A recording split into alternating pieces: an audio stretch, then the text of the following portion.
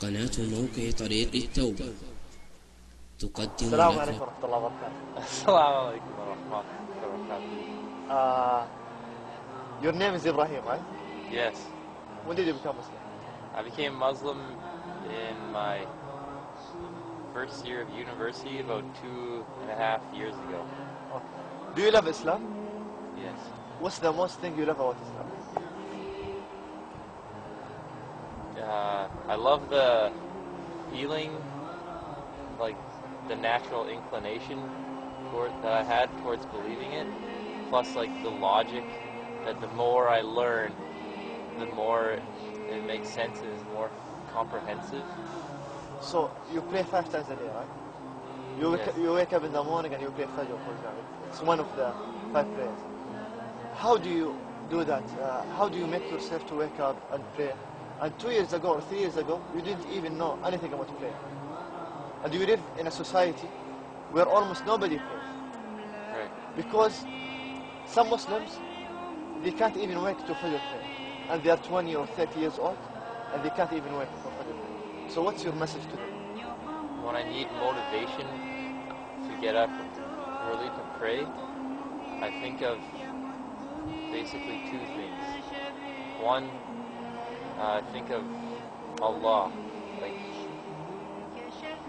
the sustainer of all the worlds. Like everything that exists depends on Allah.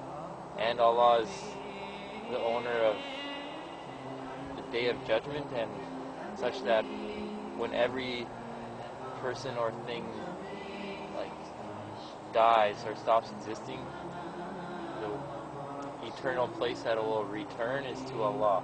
So I think like, wow, like Allah is so like beyond words, but I'm so dependent on Allah. And then I also think of like distractions and things in my mind that would tell me like, don't get up, like stay asleep, like don't try your hardest, like be more selfish. Then I think like, what should I listen to more?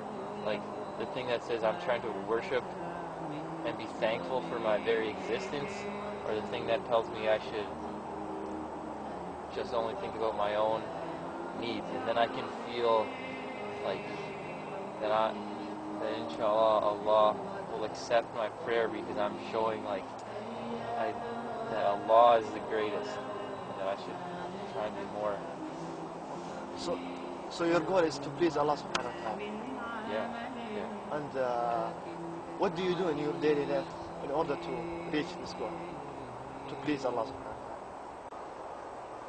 One thing is that like whatever tasks like kind of get bestowed upon me, like for example, that those things I try and do my best job in. Like for example, when I wake up, where I am in life right now means that I should go to school and like work on my schoolwork. So I feel like similarly, like I should put my best effort into doing that, and I should avoid laziness about it.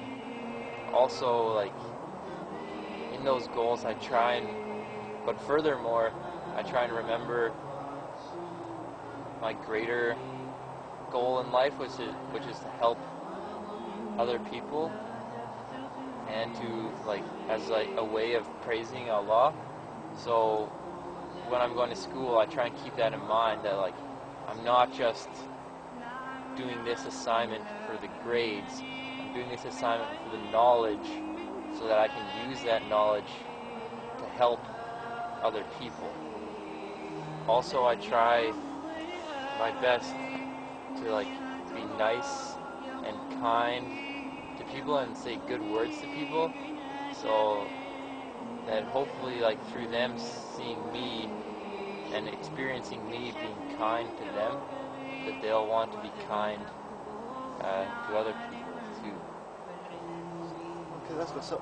So I think your goal and what you're focusing is you want to help people, you want to be good to people, you want to be good in society. So this is your goal, even before you become Muslim. And after you become Muslim, you find that Islam is the religion that helps you to be good to people, to be good to society. Right? Yeah. And you know, Prophet Muhammad always say that the best among people are those people who help others, and those people who are good to others, and those people who are kind to others.